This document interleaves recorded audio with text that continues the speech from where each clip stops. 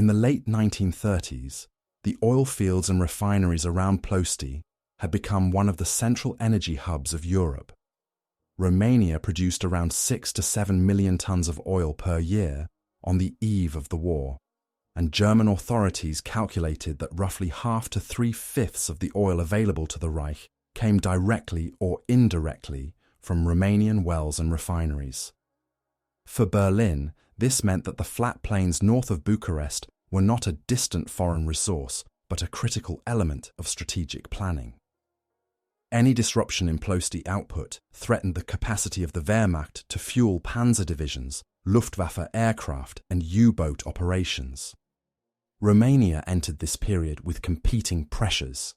The country had emerged from the First World War with enlarged borders and significant oil concessions held by British, French, Dutch, and American companies.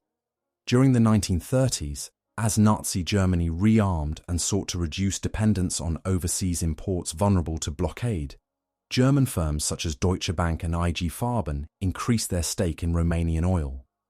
Economic agreements in 1939 and 1940 tied Bucharest more closely to Berlin through clearing arrangements. Romanian crude and refined products were exchanged for German industrial equipment and weapons. For Romanian leaders, this promised security against neighbouring threats, but it also reduced freedom of manoeuvre. For the Soviet Union, the Romanian oil region represented both an economic asset and a potential lever in future conflict. Soviet planners in Gosplan and the People's Commissariat for the Oil Industry monitored foreign production figures, including Ploesti output, and understood that any major war would revolve around fuel as much as manpower.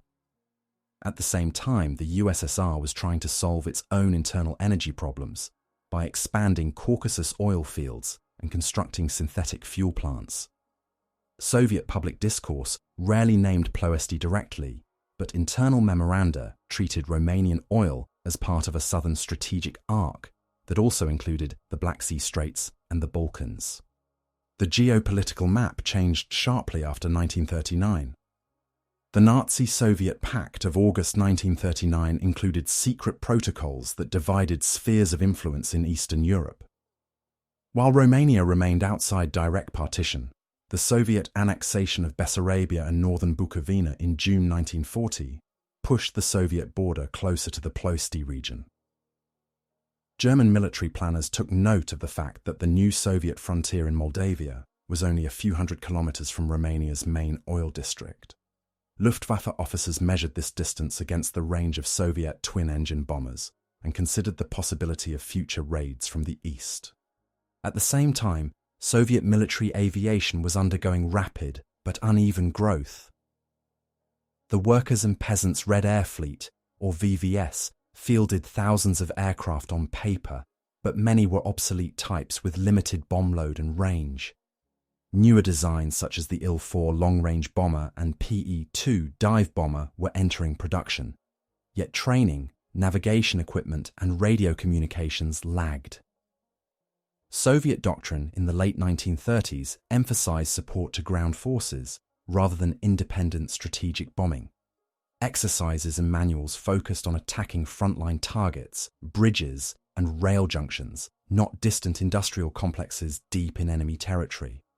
Public sentiment and political narratives differed among the three main actors. In Germany, propaganda organs presented access to Romanian oil as proof that the Reich had broken the British maritime blockade that had contributed to defeat in 1918.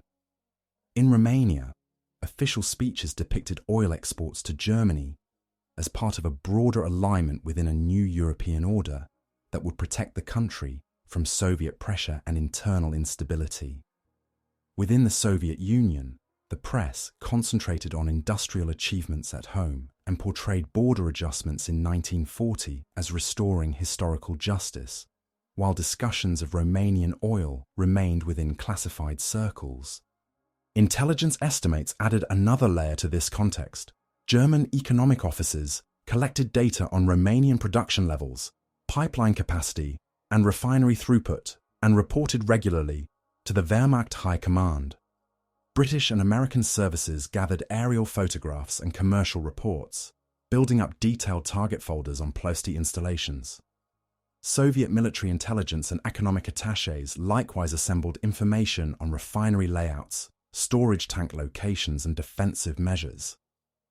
However, the way each state integrated this knowledge into war planning varied according to doctrine, capabilities, and political priorities. By June 1941, when Germany and its allies launched Operation Barbarossa, these preconditions had converged.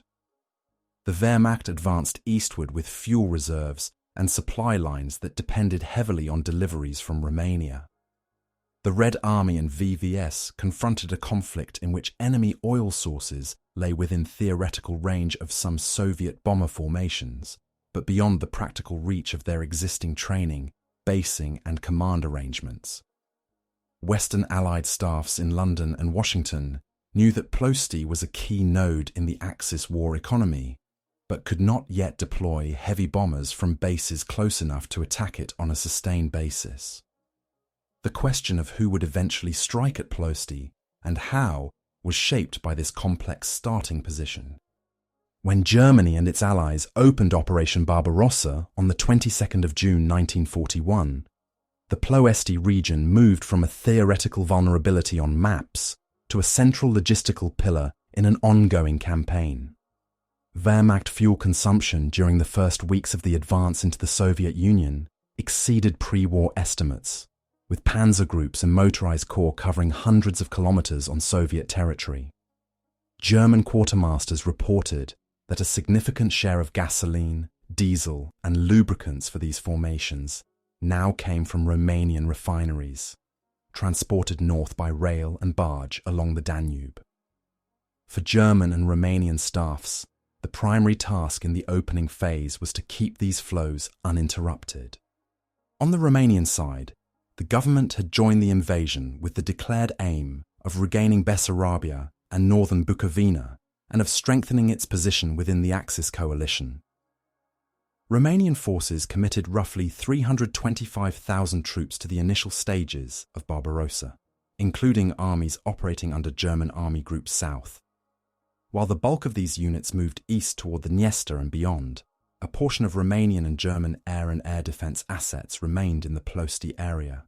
Fighter squadrons flying Bf-10-9s and IAR-80s, flak batteries around refineries and rail junctions, and camouflage storage tanks formed a layered defense.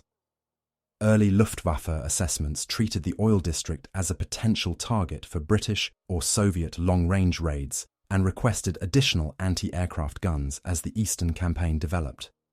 For the Soviet Union, the first weeks of the war were defined by loss of territory, command disruption, and high aircraft attrition. In June and July 1941, the VVS lost thousands of aircraft destroyed in combat or on airfields, while bomber units were ordered to attack columns, bridges and crossings in front of advancing German forces. Stavka directives instructed air armies to prioritize halting armored thrusts, covering retreats and supporting counterattacks. Even in the southern sector, where fronts in Ukraine and Moldavia faced Romania, Soviet bomber missions were concentrated against targets such as river crossings over the Dniester and Prut, the ports of Constanta and Sulina, and rail lines feeding army groups south, not the interior of Romania. Range, basing, and navigation constraints reinforced these priorities. Most VVS bomber regiments in the western military districts operated SB, R2 and early PE2 aircraft, which had limited practical radius when carrying full bomb loads and flying at low altitude to avoid fighters. Long-range DB-3 and IL-4 bombers existed but were few in number, dispersed, and lacked the radio navigation aids and trained crews needed for repeated deep strikes. As the front moved rapidly east, Soviet units abandoned forward airfields in Bessarabia and northern Bukovina within weeks. The theoretical distance from pre-war bases to Ploesti became irrelevant when those bases were lost, and surviving bombers were redeployed deeper into the Soviet interior. Command structures were also in transition. In mid-1941, the Soviet leadership began reorganizing long-range bomber forces into a centralized formation, the Long-Range Aviation, ADD. But this process took time and initially focused on raids against closer targets such as Königsberg, Berlin, and rail junctions in Poland and East Prussia. These operations were politically visible and aimed at demonstrating that the USSR could hit German territory despite setbacks on the front. In contrast, planning for strikes against Romanian oil infrastructure would have required detailed target folders, staging airfields in the south, and agreement on the military payoff compared to the risks of sending small formations over heavily defended installations. Romanian civilians in and around Ploesti experienced the opening phase of the Eastern War mainly through mobilization, blackout drills, and the visible build-up of defences. Oil workers, refinery technicians, and railway crews continued production and transport under closer military supervision, while local authorities coordinated shelters and firefighting teams in case of air raids. For the time being, however, the air threat came not from the east, but from occasional reconnaissance by British aircraft over the Black Sea, and from the broader anticipation that at some stage the Anglo-American Air Forces, or the VVS, might attempt to disrupt the oil flow. In Berlin, Bucharest, and Moscow, the initial months of the conflict therefore set a pattern.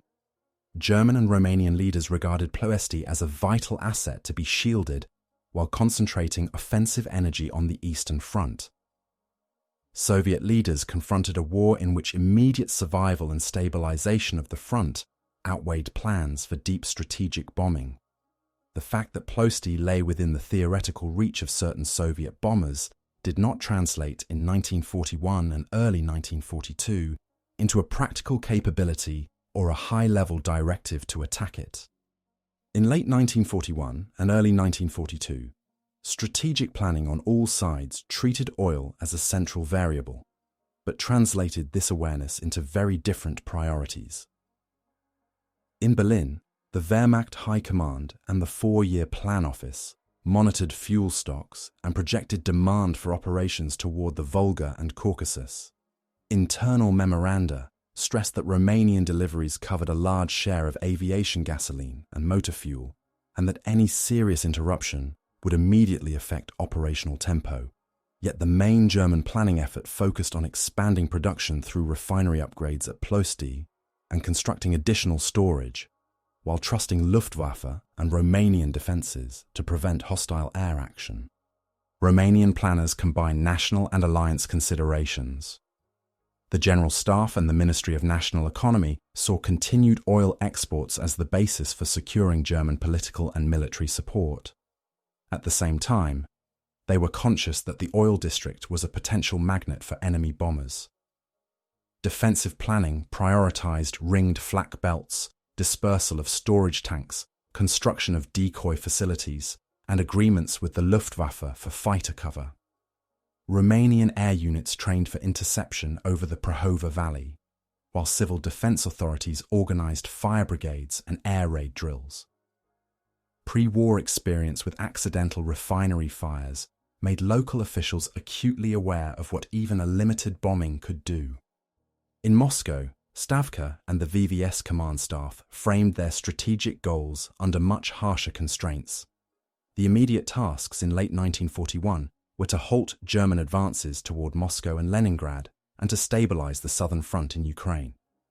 Air Force planning documents placed primary emphasis on supporting ground operations, breaking up German attacks, assisting counteroffensives, and striking rail junctions feeding the front. Proposals for deeper raids against industrial centers, including oil facilities, were discussed in some staff studies, but they ranked behind the requirement to concentrate limited bomber forces on targets whose destruction could be confirmed quickly and directly influence active sectors of the front. The creation of long-range aviation, ADD, at the end of 1941 and its reorganization in 1942 reflected this balance. ADD was tasked with strategic-level missions, yet Stavka directives defined those missions largely as strikes on rail hubs, troop concentration areas, ports, and, later, German cities chosen for political signal value. Berlin, Königsberg and Danzig received night raids that demonstrated reach and supported morale. Ploesti, by contrast, lay further away, under heavy air defences, and required extended overwater and mountain navigation. Given the number of serviceable Il-4 and DB-3 bombers, the average crew training level and the loss rates already incurred, planners judged that small-scale sorties against the Romanian oil region would have uncertain impact and high attrition. Operational range calculations did not automatically translate into executable plans. On maps, a long-range bomber with a combat radius of over 1,000 kilometers could in principle reach Ploesti from certain airfields in southern Ukraine or the Caucasus. In practice, these airfields were threatened or overrun in 1941, and by mid-1942, many southern bases were engaged in covering the Stalingrad and Caucasus sectors. Fuel, spare parts, and trained ground crews for ADD were in short supply. Navigation routes to Ploesti would have required specialized training, detailed charts of Carpathian and Balkan terrain, and coordinated diversion paths in case of weather or interception. These were precisely the areas where the Soviet bomber arm was still developing capabilities. Miscalculations on all sides shaped how Ploesti was integrated into planning. German economic offices initially believed that increased synthetic fuel output and captured Soviet stocks would compensate for any temporary production dips in Romania. Soviet staff officers, extrapolating from pre-war industrial growth and mobilization plans, underestimated the cumulative effect of German advances on their own fuel distribution and overestimated how quickly long-range bomber forces could be expanded. In this environment, a sustained campaign against Romanian oil appeared risky. If German responses forced ADD to divert even more resources to defensive and closer offensive missions, the net effect might be negative from Stavka's perspective. Propaganda and public narratives only partly reflected these deliberations. German communiques emphasized secure access to friendly oil sources and depicted Ploesti as integrated into a continental economic space. Romanian newspapers highlighted refinery output figures and portrayed the oil workers as contributing directly to the Eastern Campaign. Soviet public messaging focused on heroism at the front and industrial resilience in the rear, without openly stating that enemy fuel sources, including Ploesti, were known and mapped, but not yet selected as primary bomber objectives. In Allied capitals, staff studies identified Ploesti as a future target for Anglo-American heavy bombers based around the Mediterranean, yet no joint planning framework with the USSR existed in 1942 to assign responsibilities or synchronize prospective campaigns. Thus, by the middle of 1942, the strategic picture was paradoxical. All major actors understood that Romanian oil underpinned German operations. German and Romanian authorities invested heavily in defences and capacity. Soviet leadership had both intelligence on Ploesti and aircraft theoretically capable of reaching it, but Stavka directives and VVS planning still concentrated on nearer targets whose destruction could immediately influence ground battles. Western Allied staffs viewed Ploesti as a prime objective for future strategic bombing, but lacked the bases and aircraft in theatre to act on those assessments. The conditions were being set for later debates over who would eventually attack the oil fields and why earlier opportunities appeared to have been left unused.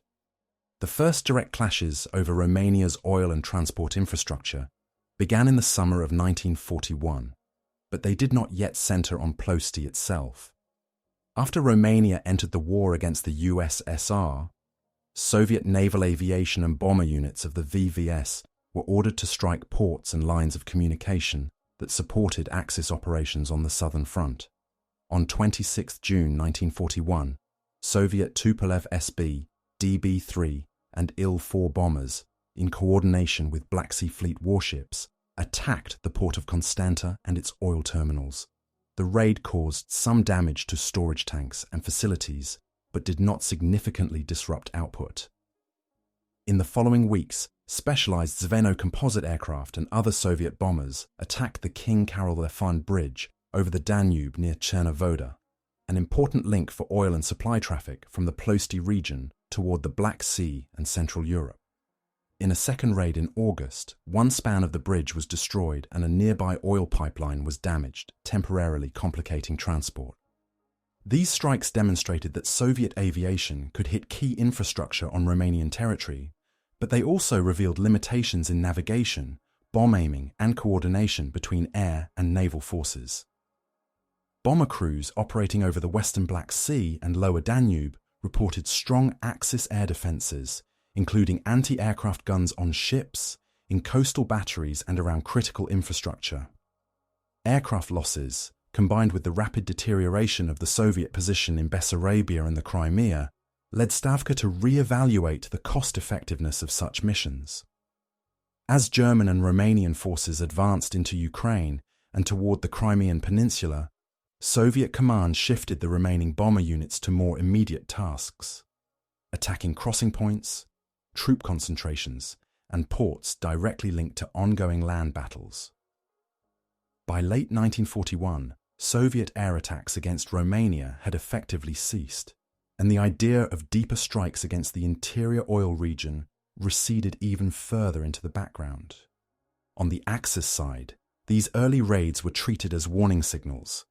German and Romanian officers concluded that, although damage had been limited, Soviet aircraft could reach vital nodes if given suitable bases and time to train. Defensive preparations were intensified not only along the coast, but also in the Prahova Valley. Anti-aircraft artillery units were reinforced, and work began on a layered system of flak positions, searchlights, and fighter interception zones that would later be expanded under Luftwaffe General Alfred Gerstenberg into one of the densest air defense networks in Europe. By 1943, this system around Ploesti would include dozens of heavy and light batteries and several fighter units dedicated to refinery protection. At the same time, the Western Allies carried out the first American bombing mission against Romania. On 12 June 1942, 13 B-24 Liberators of the Halvorsen Project, operating from Egypt, were dispatched against Ploesti and other targets. Weather, navigation problems and flak led to scattered bombing. Some aircraft jettisoned bombs into the Black Sea, others struck Constanta, the Ploesti area, and smaller localities such as Teisani and Tsiofliceni.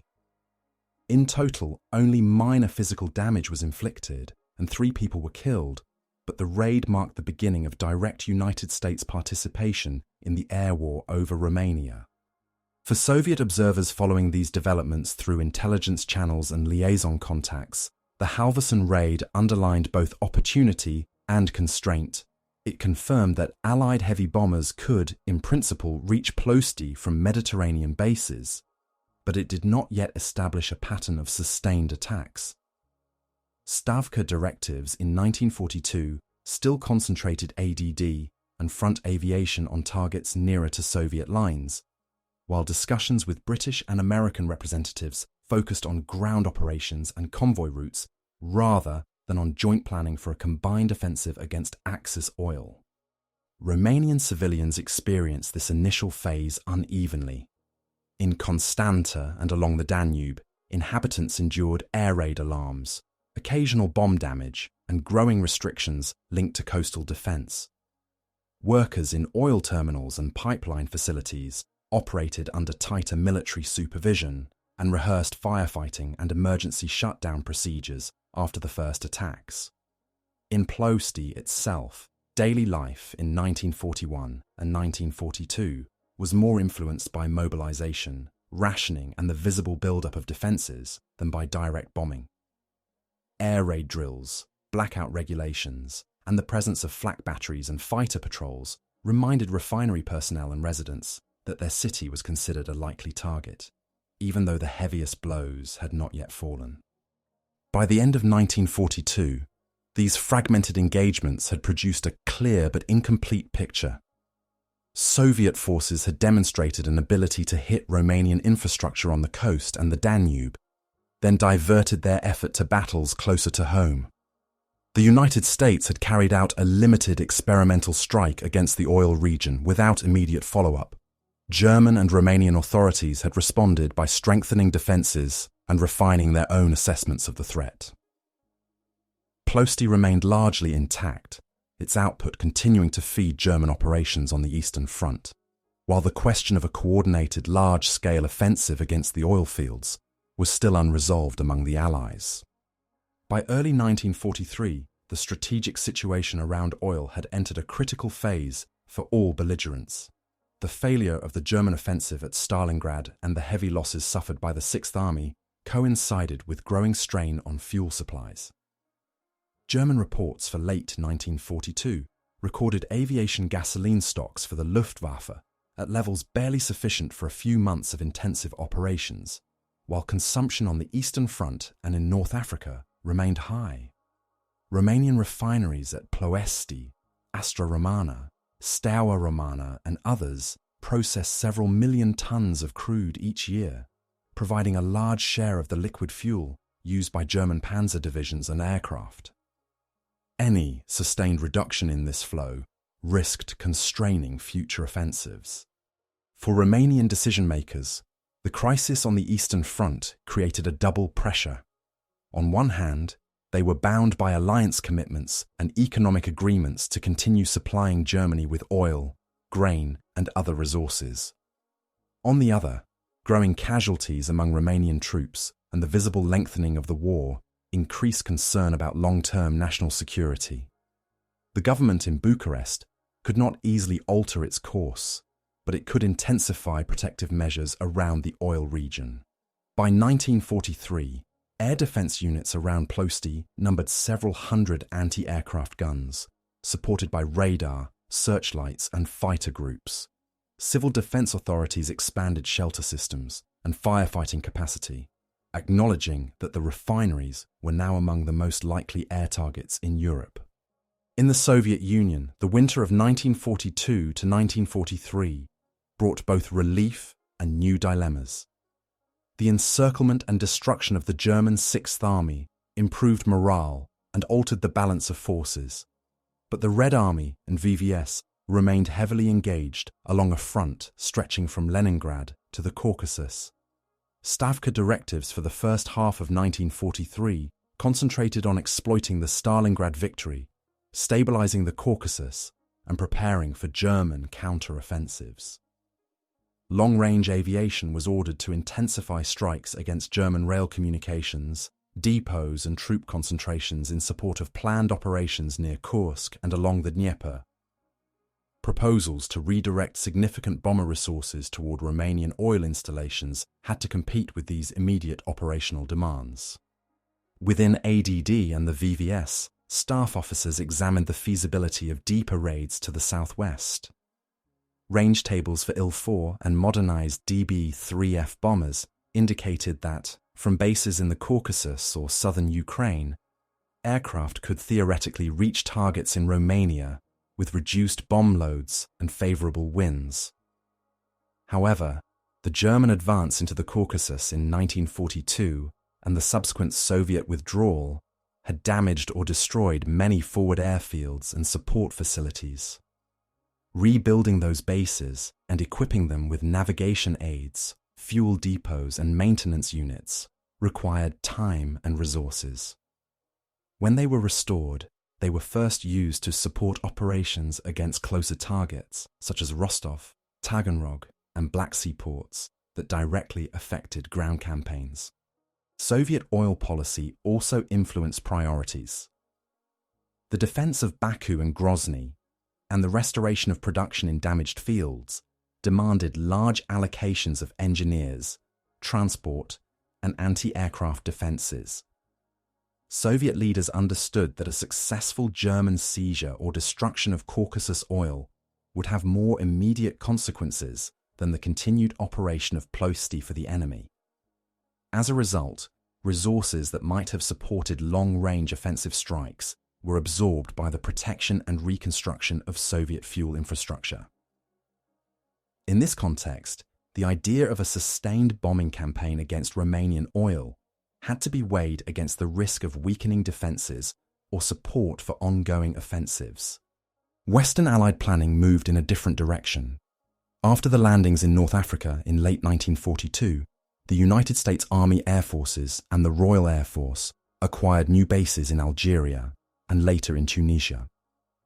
Staff studies in Cairo, Algiers and London considered various strategic targets accessible from the Mediterranean, including Italian industry, German submarine bases and the Romanian oil fields. By mid-1943, plans emerged for large-scale heavy bomber raids against Ploesti, using B-24 and B-17 formations staged through Libya and other bases. These plans evolved largely within the Anglo-American command structure, informed by their own reconnaissance and intelligence, rather than through joint operational planning with the Soviet Union. Communication between the Allies on this issue reflected the broader pattern of the coalition. At conferences in 1942 and early 1943, Soviet representatives repeatedly requested the opening of a second front in Western Europe to relieve pressure on the Eastern Front. Anglo-American leaders, constrained by their own preparations, emphasized air offensives against Germany and operations in the Mediterranean as contributions to the common war effort. The targeting of Ploesti appeared in these discussions mainly as part of the Western strategic bombing program. Soviet military diplomacy welcomed any action that reduced German fuel supplies, but did not, at this stage, enter into detailed coordination over bomber basing, target selection or timing. For civilians in the Ploesti region, the crisis years of 1942 to 1943 were marked by intensified production and heightened tension rather than by sustained bombing.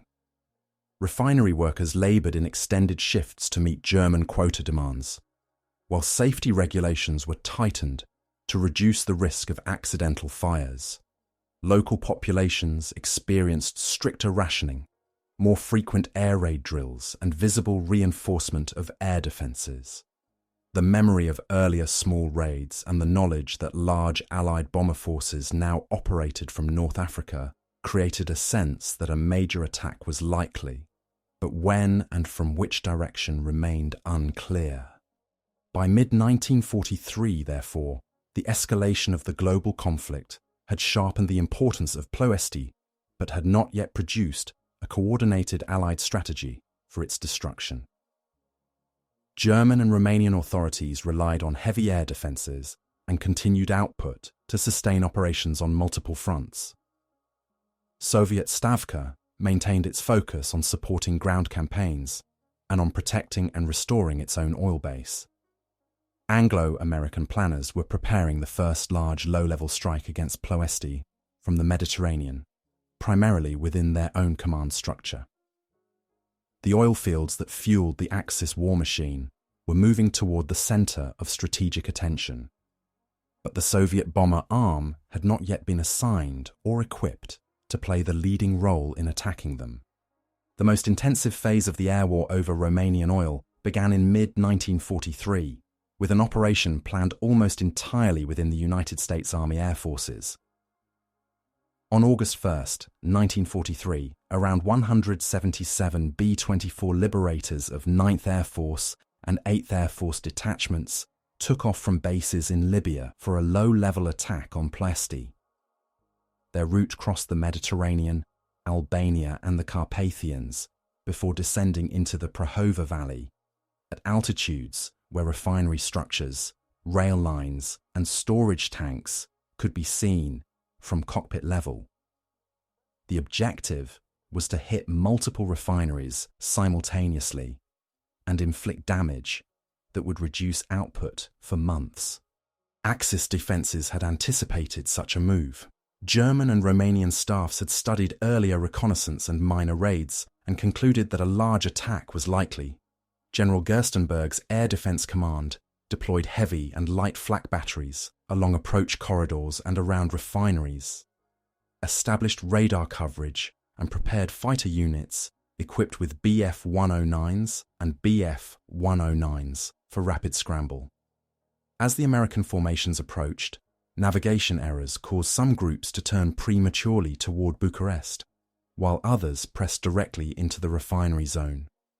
Over the target area, bombers flew through intense anti-aircraft fire and fighter attacks. Several aircraft were destroyed before releasing their bombs. Others pressed home attacks against Astra Romana, Columbia Aquila, and other installations, causing fires, damaged cracking units, and destroyed storage tanks. The operation inflicted visible physical damage and a temporary reduction in refined output, but it also cost the attacking force a significant portion of its strength. Dozens of B-24s failed to return to their bases, some crashing in Romania or the Balkans, others interned after emergency landings in neutral countries. In the short term, German and Romanian repair crews worked to restore production, diverting crude to less damaged facilities and improvising workarounds for destroyed units. Within weeks, output levels began to climb again, though refinery operations remained under strain from lost equipment, disrupted pipelines, and the need to operate under constant threat of renewed raids. From the Soviet perspective, Operation Tidal Wave demonstrated what a large, well-equipped strategic bomber force based in the Mediterranean could do against Ploesti. Soviet liaison officers and intelligence services received reports on the attack, its losses, and its immediate impact on production. Within Stavka and the VVS command, however, the summer of 1943 was dominated by preparations for and responses to the Battle of Kursk and subsequent offensives toward the Dnieper. Long-range aviation continued to direct most of its sorties against German rail hubs, depots, and troop concentrations in the rear of Army Group Center and South. The resources required to mount a comparable series of deep strikes against Ploesti from Soviet territory remained beyond what ADD could allocate without compromising these operations. For Romanian civilians in the Ploesti region, the August 1943 raid marked a sharp change in daily experience. Refinery workers, firefighters, and medical personnel confronted burning installations, damaged housing, and casualties among both industrial staff and nearby residents. Air raid shelters that had been drilled but never fully tested now filled with families during repeated alarms.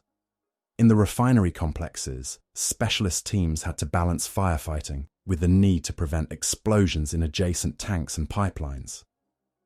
Local authorities recorded destruction of workshops, warehouses, and residential quarters alongside the damage to industrial plant.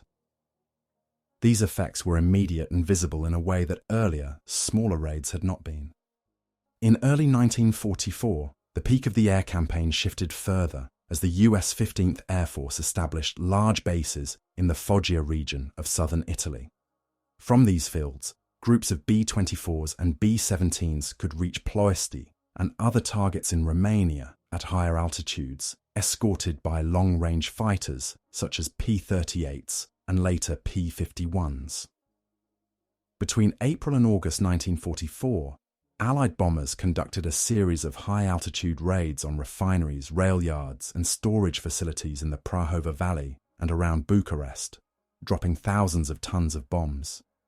Each operation faced heavy flak and fighter opposition, but the cumulative effect on refinery equipment, storage, and transport networks exceeded that of the single low-level operation in 1943. During these months, Soviet forces were preparing and then launching major ground offensives in Ukraine and Romania. The spring and summer campaigns of 1944, Uman-Botosani, Jassy-Kishinev, and related operations required concentrated air support from front aviation to break German defensive lines, interdict reserves, and assist river crossings. Stavka directives again assigned long-range aviation to targets directly connected to these ground operations, including bridges over the Dniester and Prut, rail nodes feeding German Army Group South Ukraine, and bases in the rear. In this configuration, VVS and ADD did not develop a separate, sustained bombing campaign against Ploesti. Instead, the main burden of striking the Romanian oil sector at its peak fell on the Western Allied strategic air forces operating from Italy, while Soviet air power remained tied to the tempo and geography of the land war on the Eastern Front. Adaptation to the air offensive around Ploesti took place on several levels. On the Axis side, German and Romanian authorities organized an increasingly sophisticated system of emergency repair and dispersal.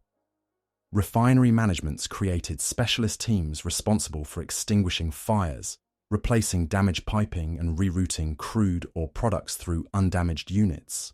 Spare columns, pumps and valves were stockpiled where possible, though shortages of alloy steels and imported equipment limited options. When a cracking unit or distillation column was destroyed, engineers shifted production to other refineries or simplified product slates, emphasizing aviation gasoline and motor fuel at the expense of lubricants and byproducts. Air defense was also adapted. After each raid, Gerstenberg's command reviewed flak performance and fighter interception timing. Heavy batteries were repositioned to cover previously exploited approach angles. New light batteries and machine gun posts were added near vulnerable installations, such as pumping stations and transformer yards. Smoke generators were installed around key targets to obscure bombing runs, and decoy fires were sometimes lit away from vital equipment. Fighter units adjusted tactics, moving from dispersed independent interceptions to more coordinated formations that could engage bomber streams at multiple altitudes. The United States Army Air Forces and Royal Air Force modified their own methods in response. After tidal wave had shown the cost of low-level penetration, subsequent operations in 1944 were flown at medium and high altitudes, with tighter formation discipline, an increased reliance on Pathfinder aircraft, and improved bomb sites. Escort fighters extended deeper into Romania, gradually gaining experience against Axis tactics. Intelligence officers constantly updated target folders with post-strike reconnaissance photographs, tracking which refineries and storage depots had been seriously damaged and which had resumed significant output. This allowed planners to re-attack critical nodes and to broaden the campaign to include rail yards and pumping stations that linked Ploesti to German receiving centers. Within the Soviet Union, adaptation followed a different pattern. Long-range aviation expanded in numbers and organizational complexity, receiving additional Il-4s, Year 2s, and some Lend-Lease bombers, such as B-25s and A-20s. Training programs for night navigation, formation flying, and bombing accuracy were intensified. Doctrine evolved to integrate ADD more closely with front operations, assigning it roles in deep interdiction ahead of major offensives. By 1944, Soviet bombers were routinely striking rail junctions, depots and city centers, hundreds of kilometers behind German lines, in support of campaigns from Belarus to the Balkans.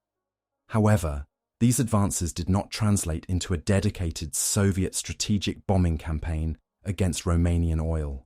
When fronts in Ukraine and later in Romania advanced, Stavka orders directed ADD to isolate German forces by attacking crossings, river ports, and rail systems in Hungary, Poland, and the Balkans. The logic was to shorten German operational depth directly in the areas where Red Army offensives were underway. Raids against Ploesti would have required concentrating bomber resources, specialized planning, and sustained effort that risked diverting attention from these immediate operational tasks.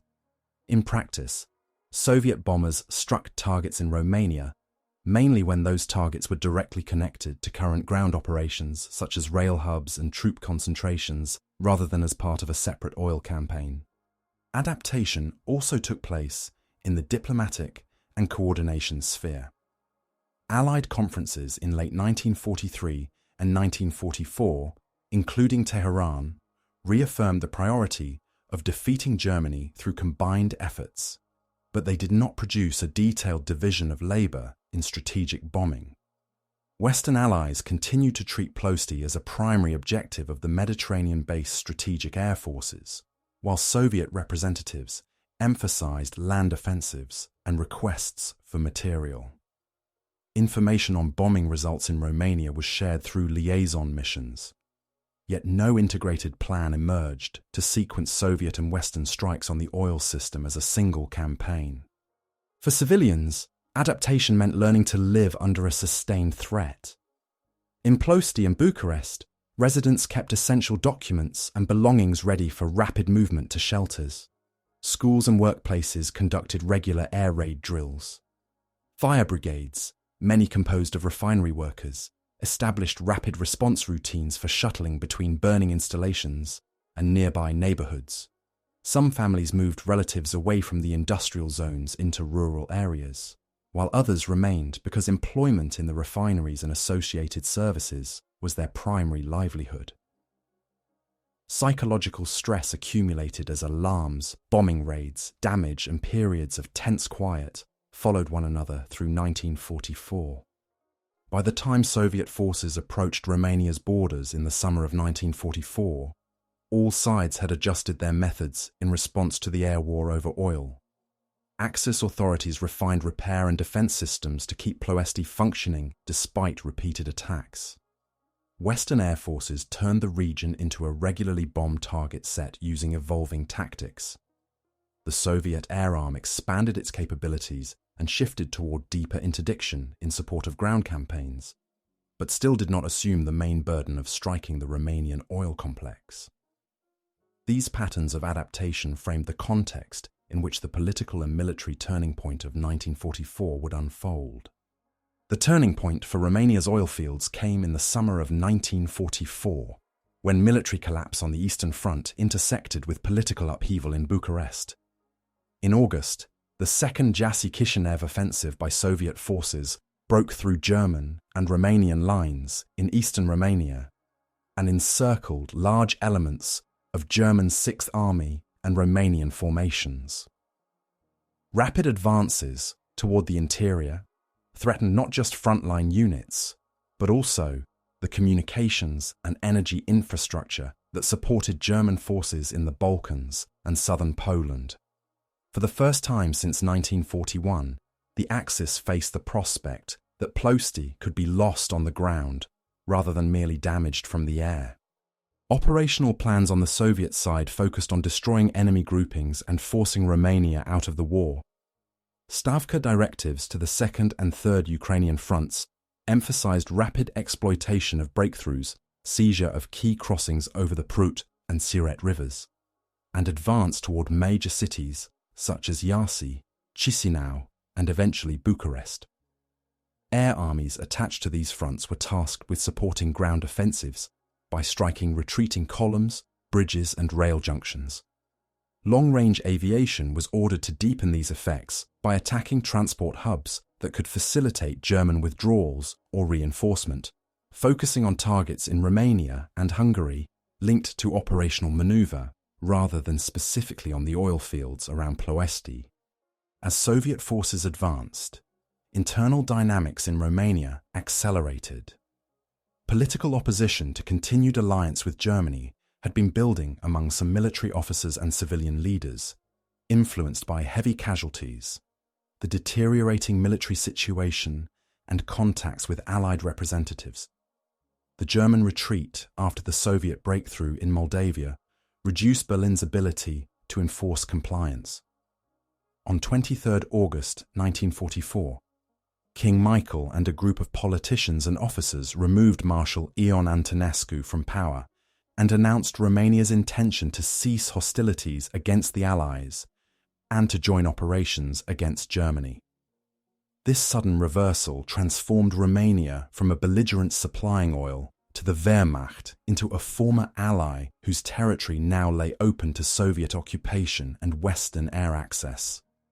In the days surrounding the coup, German command attempted to salvage its position by organizing a rapid occupation of key points, including airfields and oil installations. Some German units tried to secure the Ploesti region, or at least to carry out demolition plans that had been prepared in case of loss. However, the speed of events, conflicting orders, and Romania's shift to active resistance against German forces limited what could be achieved. Romanian troops who had previously guarded refineries and transport links now received orders to prevent German demolition teams from destroying installations. Skirmishes broke out around fuel depots, rail yards and junctions as former allies contested control over infrastructure that had been central to their joint war effort. For Western air forces, the political realignment created new opportunities and constraints. The US 15th Air Force had already mounted repeated attacks on Ploesti in the preceding months. Once Romania declared an armistice and subsequently aligned against Germany, Allied planning shifted from treating Romanian territory as hostile to regarding it as a potential forward base. Bombing operations against the oil fields were curtailed and then halted as Allied command reassessed target lists to avoid striking facilities that could soon be used to support operations deeper into Central Europe. At the same time, arrangements began for using Romanian airfields to shelter damaged bombers and later to support shuttle missions. From the Soviet standpoint, the combination of military success and political change altered the logic of bombing Ploesti. As fronts advanced into Romania, the oil region lay within reach of ground forces and front aviation. Stavka's interest shifted from destroying the refineries outright to denying them to Germany while preserving their potential value under Soviet control or influence. Orders to field commanders prioritized seizing intact installations where possible, while allowing for demolition of specific structures if necessary to prevent German reoccupation. In this framework, a separate Soviet air campaign to level Ploesti no longer matched strategic priorities. The main instrument for removing German access to Romanian oil became land operations and political realignment, not long-range bombing. For civilians working in and around the refineries, August 1944 brought abrupt changes. Many had already experienced months of air raids and the strain of maintaining production under bombardment.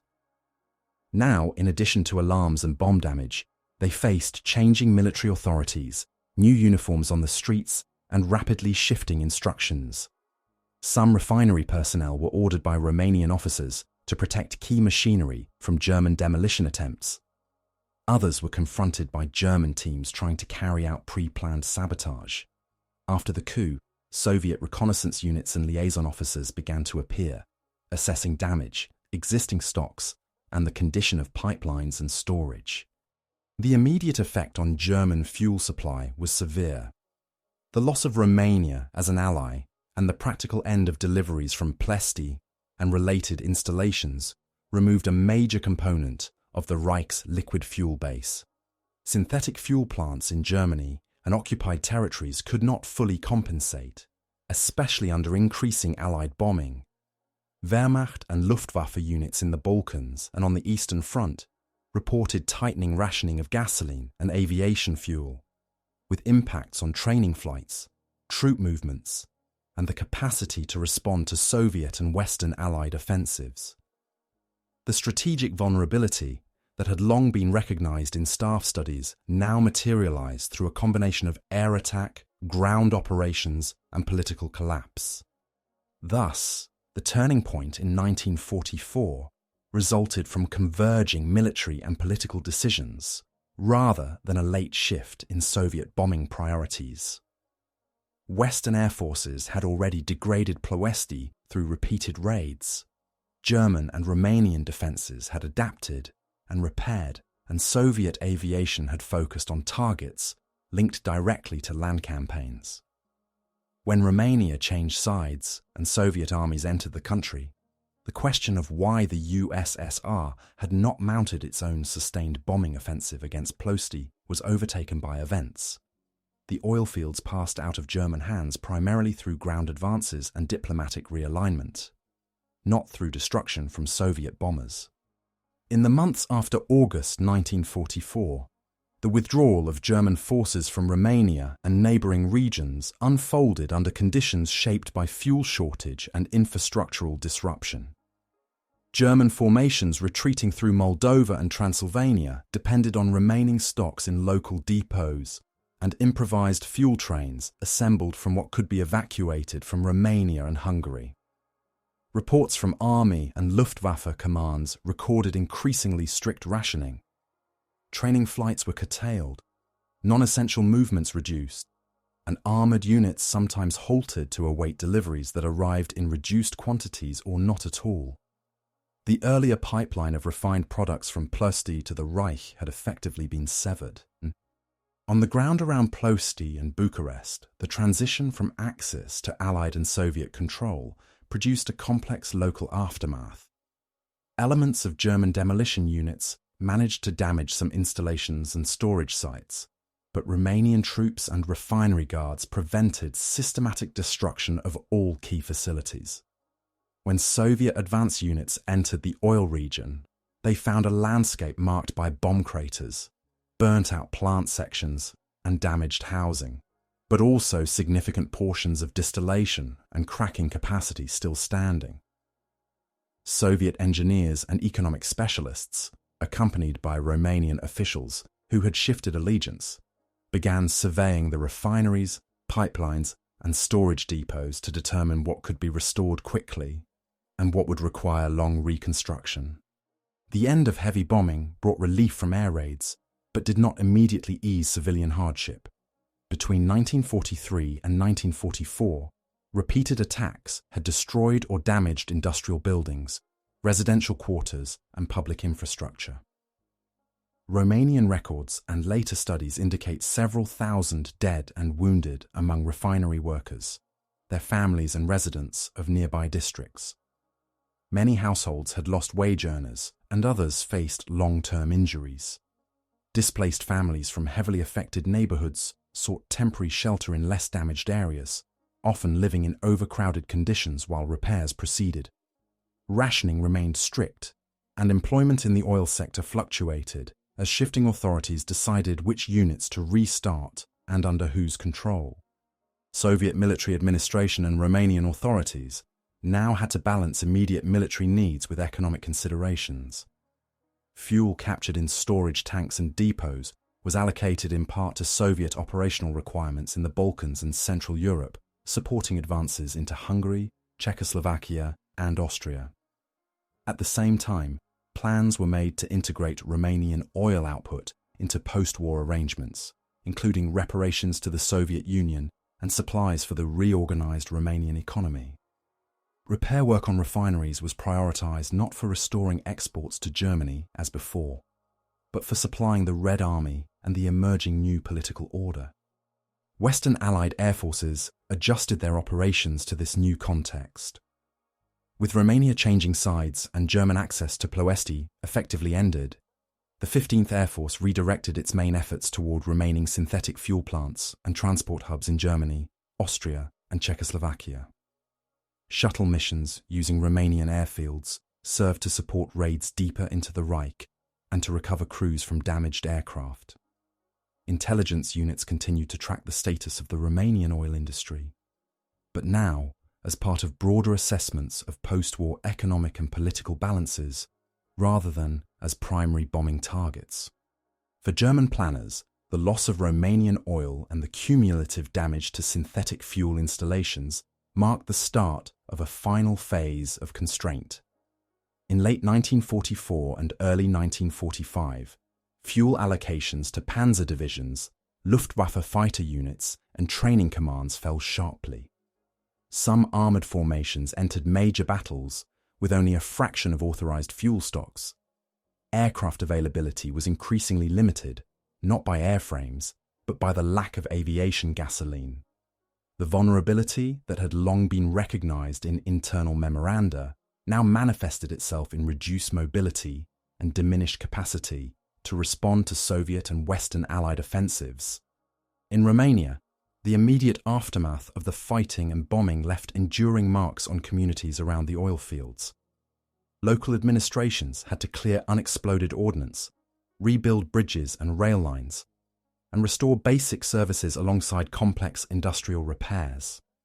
Refinery workers who had kept plants running under Axis control now found themselves working under Soviet supervision or new Romanian management structures. Some were subject to security screening because of previous contacts with German personnel. Others were recruited to assist Soviet technical teams in restarting selected units. The Prahova Valley, which had functioned as a core supplier of the Axis war economy, was entering a period in which its facilities would be gradually reoriented to serve the strategic priorities of the Soviet Union and the emerging post-war political alignment in Eastern Europe. In post-war analysis, historians, veterans and planners returned repeatedly to the question at the center of this story. Why did the Soviet Union, whose bombers could in theory reach Romania, not mount a sustained offensive against Ploesti before 1944, leaving the main burden to the Western Allies? The answer lies less in a single decision than in the interaction of doctrine, capability, geography, politics, and timing. Within Soviet military thought, the air arm was built primarily to support ground operations. Even after the creation of long-range aviation, its missions were defined in terms of deep interdiction and politically significant raids, rather than systematic destruction of industrial systems. Stavka directives concentrated on rail hubs, bridges, troop concentrations, and, occasionally, city centres linked directly to active fronts. Under conditions of heavy losses, rapid retreats, and later large offensives, Soviet leaders consistently prioritised tasks that promised immediate effects on land campaigns. In that framework, allocating scarce long-range bombers to a difficult, heavily defended target beyond the main operational axis appeared less urgent than reinforcing battles at Stalingrad, Kursk, the Dnieper, or Jassy Kishinev. Technical and organisational factors reinforced this pattern. The VVS and ADD fielded long-range types such as Il-4 and Yer-2, and later some Lend-Lease bombers, but they lacked the large, specialised strategic fleets, navigation schools, tanker and maintenance infrastructure that underpinned Western campaigns from Britain and Italy. Many crews were trained for night or medium-range missions over familiar terrain rather than daylight precision attacks against complex refinery layouts ringed by flak and fighters. Bases from which Ploesti would have been within secure range changed hands or were threatened by German advances until late 1943. Rebuilding and supplying those airfields, then dedicating them to a protracted oil offensive, would have required trade-offs that Stavka judged unacceptable, while major ground operations were still undecided. Alliance dynamics added another layer. From 1942 onward, British and American staffs explicitly developed strategic bombing doctrines that treated enemy fuel systems as prime targets. Once heavy bombers based in North Africa and later Italy could reach Romania, Ploesti naturally entered Western plans as part of a wider campaign against Axis oil, alongside synthetic fuel plants and transport hubs. These forces possessed the specialised aircraft, support units and reconnaissance structures needed for such operations. Conferences between the Allies discussed overall burdens and theatres rather than assigning specific industrial targets by quota. In practice, Western air forces took on the primary responsibility for sustained attacks on Ploesti, while the Soviet Union carried the main weight of large-scale land offensives. Different interpretations emerged among participants. Some Western analysts later argued that earlier or joint Soviet attacks might have shortened the war by accelerating German fuel shortages. Soviet veterans and planners countered that, given the state of their bomber arm and the requirements of the Eastern Front, such a campaign would likely have consumed resources without achieving decisive results, and that the eventual loss of Romanian oil came through a combination of Western bombing, Soviet offensives, and Romania's political realignment. Romanian and German post-war narratives often emphasize the resilience of the oil sector and the intensity of the Allied raids, sometimes underplaying the internal vulnerabilities that became visible once Ploesti was lost. The longer-term legacy of the campaign extended beyond 1945. Under armistice terms and subsequent agreements, Romanian oil production came under significant Soviet influence through joint enterprises and reparations arrangements. Refineries damaged by wartime raids were rebuilt or modernized, now geared to supply the post-war economies of Romania and the Soviet bloc, rather than the German Reich. The Prahova Valley, once integrated into Axis logistics, became a symbol of the shifting balance of power in Eastern Europe and of the economic dimensions of the new political order. In military history, the attacks on Ploesti entered the canon of air power case studies. Western air forces studied the low-level 1943 raid as an example of both courage and the limits of complex high-risk operations against well-defended targets.